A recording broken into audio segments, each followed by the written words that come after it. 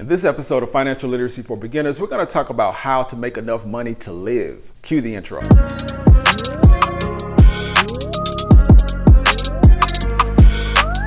So this is something that should be relatively easy. We should be able to make enough money to live. So why is it so difficult for so many people? I think it's one of those things that when we think about it, we start to think, well, we don't make enough money. Most people don't make enough money. And, that's true in a lot of cases. But I think there's another underlying factor that we don't really consider is that most people that, are working in the working world, we don't manage our money correctly.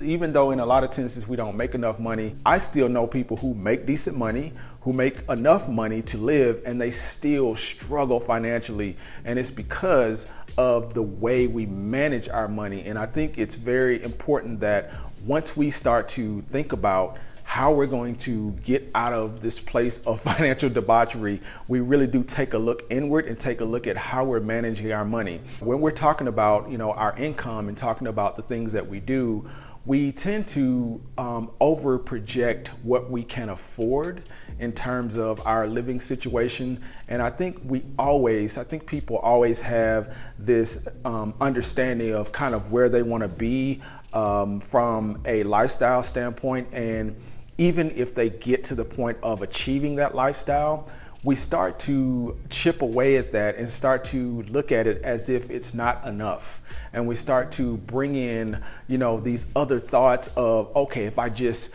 elevate to this next level of this particular lifestyle, then that will be better and I'll be where I need to be in terms of lifestyle, in terms of, really living. But I think if you really start to pare those things down and see the underlying causes for why you're thinking that way, you can really start to shape your financial future a little bit better. So let's take a look at some of the underlying causes of why we think that, we have to have a certain lifestyle. One is how we're raised and how we're brought up to really think that, the money that we make is for splurging and is for having a good time. And, sometimes, people don't have an understanding of money from a security standpoint or from a, just a living standpoint. It's more for an entertainment standpoint. I think in a large part, a lot of the thought processes about money is, centered around entertainment. And I think, that's where a lot of the rub happens in terms of being able to flourish financially and get past the point of trading a lot of time for money or struggling or not having financial means at all. If you look at most situations where money is really an obstacle, you'll see that there are still a lot of instances where there's a lot of money being spent on entertainment and having a good time and seeing, life from a perspective of, looking like you have it all together versus actually having it all together. And I think that feeds into just the emotional part of being poor. I think it feeds into the emotional part of not having financial means. I think, a lot of what we're experiencing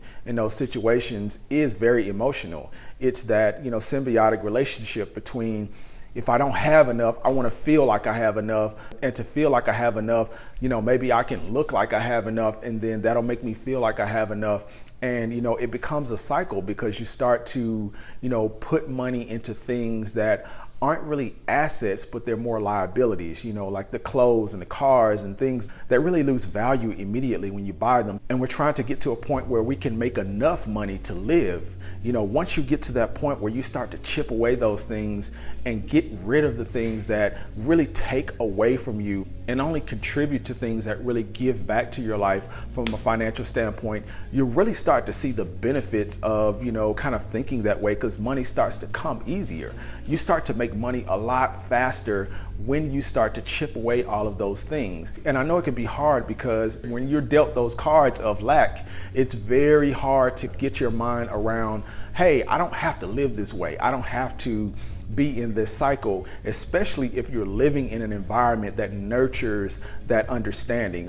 For instance, if you're living in a community where everybody is feeling that way, or everybody conducts themselves that way, where no one is of financial means, but everybody has an understanding of having a good time is, and it's nothing wrong with having a good time. Let's get that straight. There's nothing wrong with enjoying yourself. But when despair and struggle becomes the result of you having a good time and you're not able to escape that, that can become a huge problem in terms of your financial freedom and in terms of your future and just your happiness. It's one of those things where if you are in a constant state of having to spend money on entertainment to feel good about your life, then you're not really prospering in your life. You're just putting a Band-Aid on a bigger problem, a bigger issue. And I know it's hard to think about that and hard to kind of get past that point sometimes, but it's one of those things we have to do. We have to start changing that perspective so that we can see that there is a definite better way at doing what we're doing. And it takes sacrifice. That's one of the things that is very difficult.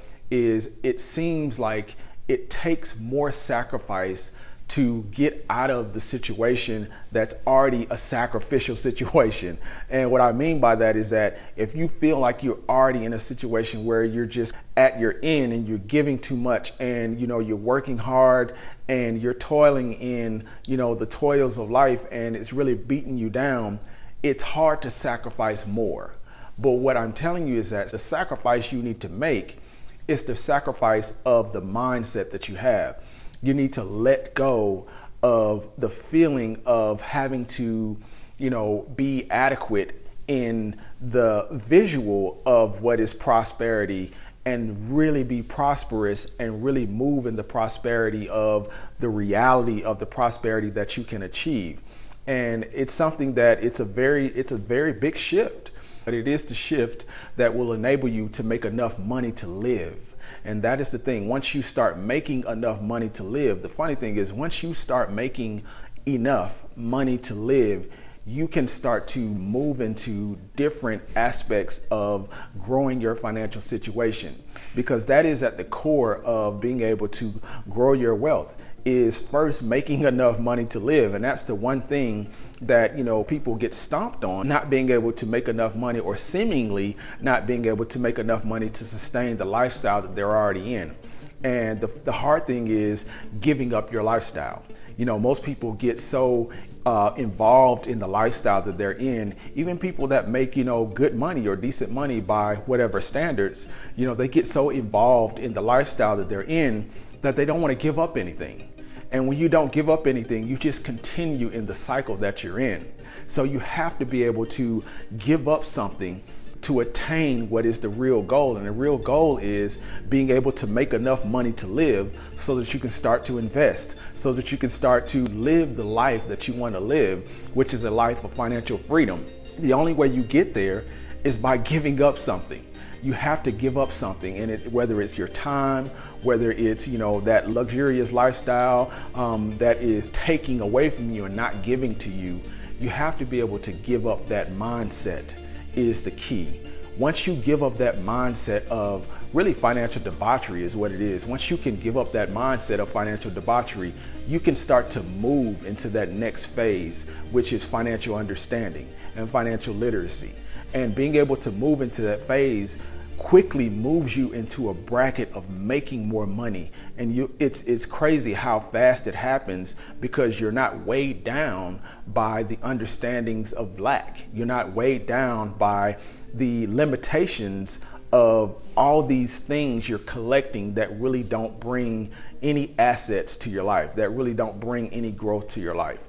We collect so many liabilities in life that they just take away from us. They take away from our lives. And it's a very tricky thing, because they give us that little jolt of instant gratification, but they're taking so much. If you're bleeding chips all the time and you're not being able to really sustain your lifestyle, that's the thing we have to get away from. We have to move away from that. We have to make better financial decisions to live within the means that you can until you can actually do better. I hope this has been extremely helpful for someone, And until we talk again, I wish you health, wealth, and freedom.